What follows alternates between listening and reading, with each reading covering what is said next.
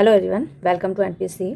तो आज हम नेक्स्ट टॉपिक देखते हैं ग्रेविटेशनल चैप्टर का, acceleration due to gravity. Okay, last chapter में हमने केपलर्स लॉ पढ़ा था, 3 laws of Kepler. Okay, I hope तीनों लॉज आपको क्लियर होंगे।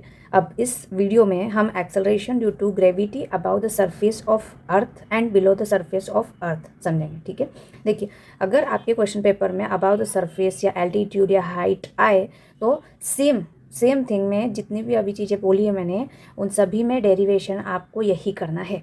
ओके, सेम रहेगा। ओके, अबाव के लिए एल्टीट्यूड एंड हाइट तीनों के लिए सेम रहेगा। तो हम क्या कर रहे हैं, अर्थ को हमने इस तरह से स्फीयर में ले लिया। सपोज ये अर्थ है आपका, ठीक है। अर्थ का रेडियस हमने RE कंसिडर किया है। क्या कंसिडर किया है? RE।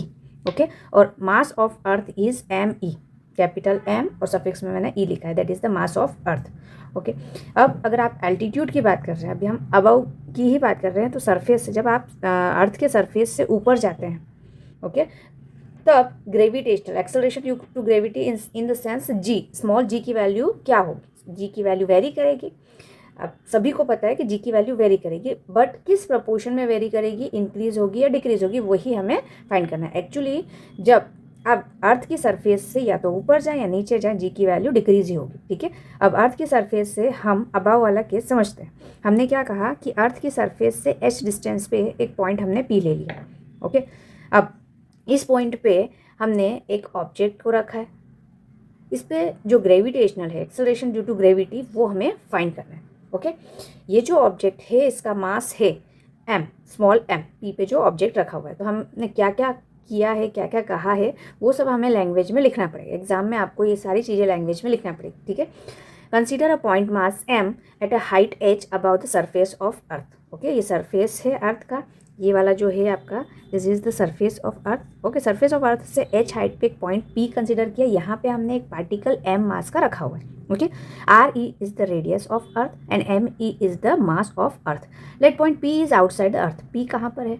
अर्थ के बाहर। Okay, then point P is at RE plus H distance. Okay, मतलब अर्थ की सरफेस से हम इस पॉइंट P को कितना स्मॉल r डिस्टेंस पर कंसिडर कर रहे हैं। ओके, तो स्मॉल r जो डिस्टेंस होगा वो total RE, radius of earth, plus h height. Okay, so RE plus h हो गया। Okay, from the centre of earth the acceleration due to gravity, यानी कि जो g की वैल्यू है, एक्चुअल में जो g की वैल्यू है अर्थ की सरफेस पे, वो होती है G is equal to GM/r²। ये फॉर्मूला हमें पता है। ठीक है, now G with height h। अब ये जो h हाइट पे G की वैल्यू है, ये हमें फाइंड करना है। तो इसकी वैल्यू कुछ और होगी, तो हमने G डैश ले लिया। ठीक है, h हाइट पे जो G की वैल्यू है वो G डैश है। ठीक है, तो GM मास ऑफ अर्थ तो सेम ही रहेगा, चाहे आप यहाँ रहे, अर्थ के सेंटर पे रहे, अर्थ के डेप्थ में रहे, अर्थ के सरफेस पे रहे, या अर्थ के ऊपर रहे, mass of earth is same. Okay, mass of earth ME। Now G dash is equals to ME/r²। ये जो स्मॉल r² है, small r² means RE plus h, तो स्मॉल r के प्लेस पे हमने RE प्लस h रख दिया, square है तो स्क्वायर कर दो। Okay, this is the general formula. ये आपका जो है जनरल फार्मूला है।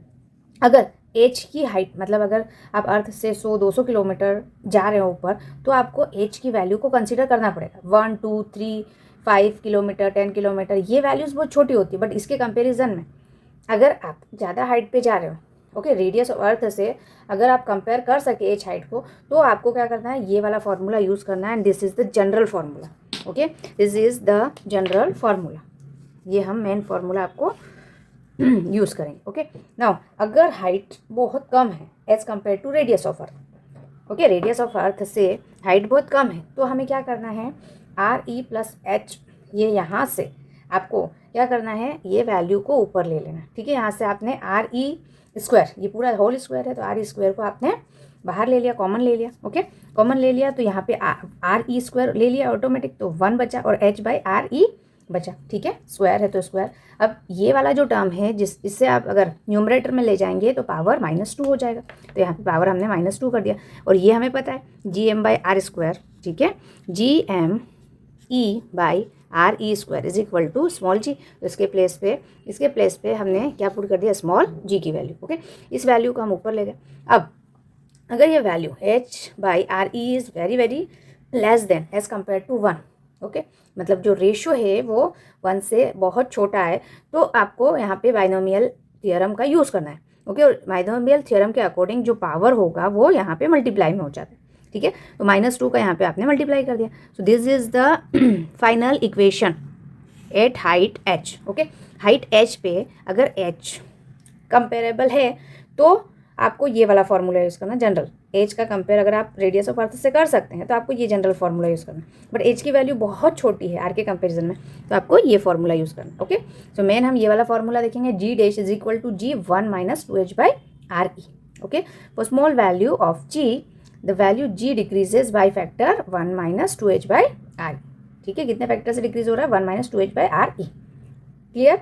Okay okay, next point, next important derivation इसी के साथ में हम करते हैं। ठीक है, एल्टीट्यूड में हमने फाइंड किया, अब हम डेप्थ में फाइंड करेंगे। ओके, सपोज आपका ये अर्थ है और अर्थ से जब आप नीचे जाते हो, अंदर जाते हो, ठीक है, तो ये आपने एक पॉइंट ले लिया P, इस पे आपने पार्टिकल ले लिया M और इस डेप्थ पे, डेप्थ हमने D कंसिडर किया, इस डेप्थ पे आपको ये बताना है कि acceleration due to gravity G की वैल्यू क्या हो। ठीक है, तो सेंटर से इस पॉइंट के बीच का या डेप्थ के बीच का जो डिस्टेंस है that is R, small r है। ये वाला डिस्टेंस कितना है? Small r। Okay, radius of अर्थ है आर ई। तो आपका जो डेप्थ होगा, जो डेप्थ d होगा वो क्या होगा? टोटल आर ई में से आप स्मॉल r जो है वो क्या होगा? आर ई में से d को माइनस कर देंगे तो डेप्थ वाला पॉइंट आपका P पॉइंट आ जाएगा। ओके, तो हम पहले क्या करते हैं जब भी आप डेप्थ की कंडीशन को सोल्व करो, थोड़ा सा कॉम्प्लिकेटेड है बट इजी है, आपको देखना इस लेक्चर में आपको पूरा क्लियर हो जाएगा। ओके, पर ध्यान से देखना और पूरा लेक्चर देखना।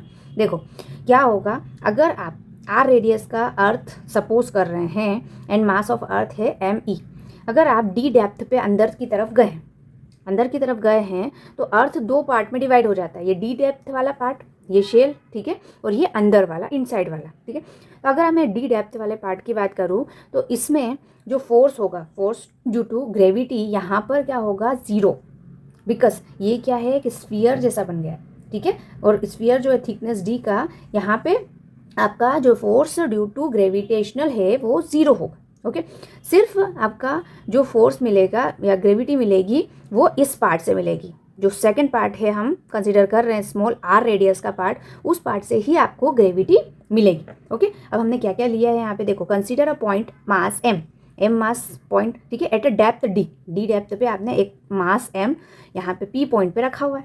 Okay, the surface of earth so that its surface from the centre of earth is RE - D। Centre से यहाँ का जो डिस्टेंस है वो कितना है? स्मॉल r, और स्मॉल r को आप क्या लिख सकते हैं? Total RE - D। Okay, so RE - D to find gravity of depth D depth में अगर आपको G की वैल्यू, स्मॉल g की वैल्यू फाइंड करनी है तो आप क्या करो? अर्थ को दो पार्ट में डिवाइड करो। Okay, sphere of radius R, ये वाला जो रेडियस है उसके कारण तो आपको क्या मिलेगा? फोर्स ड्यू टू ग्रेविटी मिलेगा। But shell of thickness D, ये जो D थिकनेस है इसमें क्या होगा? No force is exerted by the shell D, gravity due to sphere of radius RE - D के कारण। ठीक है, अब देखिए सिंपली अगर आप अर्थ की सरफेस पे ग्रेविटेशनल एक्सेलरेशन निकालेंगे तो वो क्या होगा? G = ME by RE। Okay, अब अर्थ से आप कितने डी डेप्थ पे गए हैं? डी डेप्थ पे गए हैं तो ये जो अर्थ के सेंटर से डिस्टेंस हुआ है ये स्मॉल r है। ओके, तो डी डेप्थ पे पॉइंट P पे जो ग्रेविटी होगी या ग्रेविटेशनल एक्सेलरेशन होगा G डैश, उसे हम क्या कर रहे हैं? G डैश कंसिडर कर रहे हैं, वो क्या हो जाएगा? M मास जो है वो अंदर वाले पार्ट का ही रहेगा। ओके, ये वाला पार्ट तो आपने हटा दिया, डी डेप्थ मतलब अंदर की तरफ ये वाला जो पार्ट है सिर्फ इसी का मास होगा आपका, अब पूरे अर्थ का मास नहीं होगा। ओके, सो GM/r², ये वाला जो पार्ट है अंदर का पार्ट, इसका कैपिटल M हमने मास सपोज किया है। ओके, तो GM/r² मीन्स ये वाला सेंटर से इस पॉइंट P का डिस्टेंस है स्मॉल r, तो यहाँ पे आपने स्मॉल r रख लिया। Okay, G dash is equal to, अब इसको देखो ध्यान से, density is equal to mass upon volume, तो मास इज इक्वल टू क्या हो जाएगा? डेंसिटी इंटू वॉल्यूम, तो mass M is equal to density into volume हो गया। ओके, मास के प्लेस पे आप क्या रखोगे? डेंसिटी इंटू वॉल्यूम, और डेंसिटी जो है होती है वो कांस्टेंट होती है।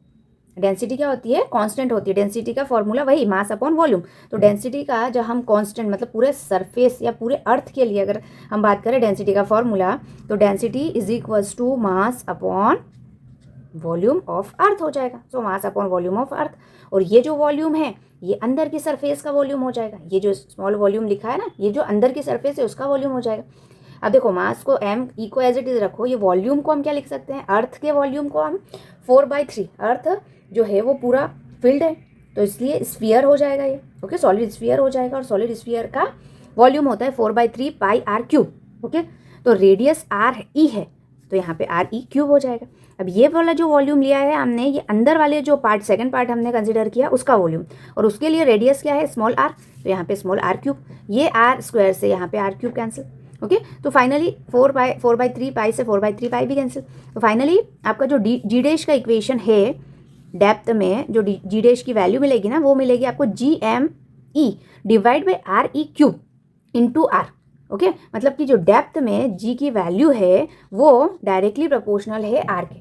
इसका मतलब क्या है कि सेंटर पे जी की वैल्यू 0 होती है, जैसे जैसे आप सेंटर से, डायरेक्टली प्रोपोर्शनल का मतलब सेंटर से जैसे जैसे आप आगे बढ़ोगे, ओके, रेडियस जो है आर है इंक्रीज होगी, उसमें जी की वैल्यू भी इंक्रीज होगी। सेंटर पे 0 होता है, सेंटर से धीरे धीरे धीरे इंक्रीज होगी, सरफेस तक इंक्रीज होगी, सरफेस पे मैक्सिमम होगी, ओके। सरफेस पे क्या होगी, मैक्सिमम होगी। एंड सरफेस के बाद में आउटसाइड में हमने पढ़ा था अभी GM/RE²। तो यहाँ पे जब आप आउटसाइड की बात करते हो GM/RE² होता है, ओके। ये जो है ये आउटसाइड वाला है, और इसमें जो जी डैश की वैल्यू होती है वो इनडायरेक्टली प्रोपोर्शनल होती है। मतलब बाहर की तरफ जाओगे तो जी की वैल्यू डिक्रीज हो जाएगी। क्लियर। अब देखो इस इक्वेशन को हम डी के फॉर्म में मतलब कन्वर्ट कर लेते हैं। तो GM/RE³, ये तो एज इट इज लिखा, आर को क्या लिख सकते हो आप, RE-D, so RE-D, are cube को हमने आर स्क्वायर और आर में डिवाइड कर लिया, तो आर इधर रख दिया मैंने और स्क्वायर इधर रख दिया। ये वाला जो है ये जी की वैल्यू होती है, ओके। इसको आपने सेपरेट कर लिया, RE/RE -D/RE, RE से RE cancel, so 1 - D/RE।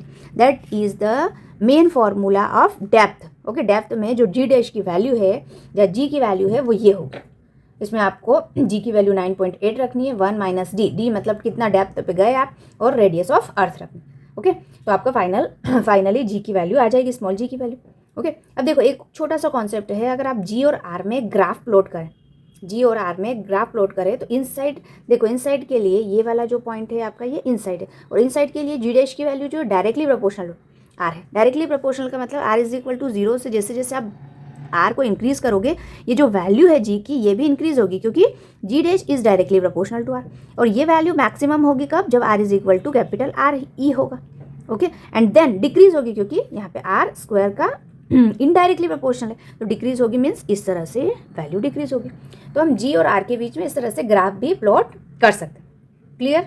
I hope आपको ये दोनों डेरिवेशंस समझ में आए होंगे, क्लियर हुए होंगे, ओके। कोई भी डाउट है तो आप कमेंट करिए, ठीक है, मैसेज करिए। और जो भी आपको टॉपिक्स में प्रॉब्लम है, टॉपिक्स में हो नहीं रहा है, डेरिवेशन या क्वेश्चंस हो नहीं रहे, तो आप मुझे कमेंट करिए, ओके। मैं उस टॉपिक का या उस क्वेश्चंस का वीडियो आपको अपलोड कर दूँगी, ठीक है। Okay, thank you so much.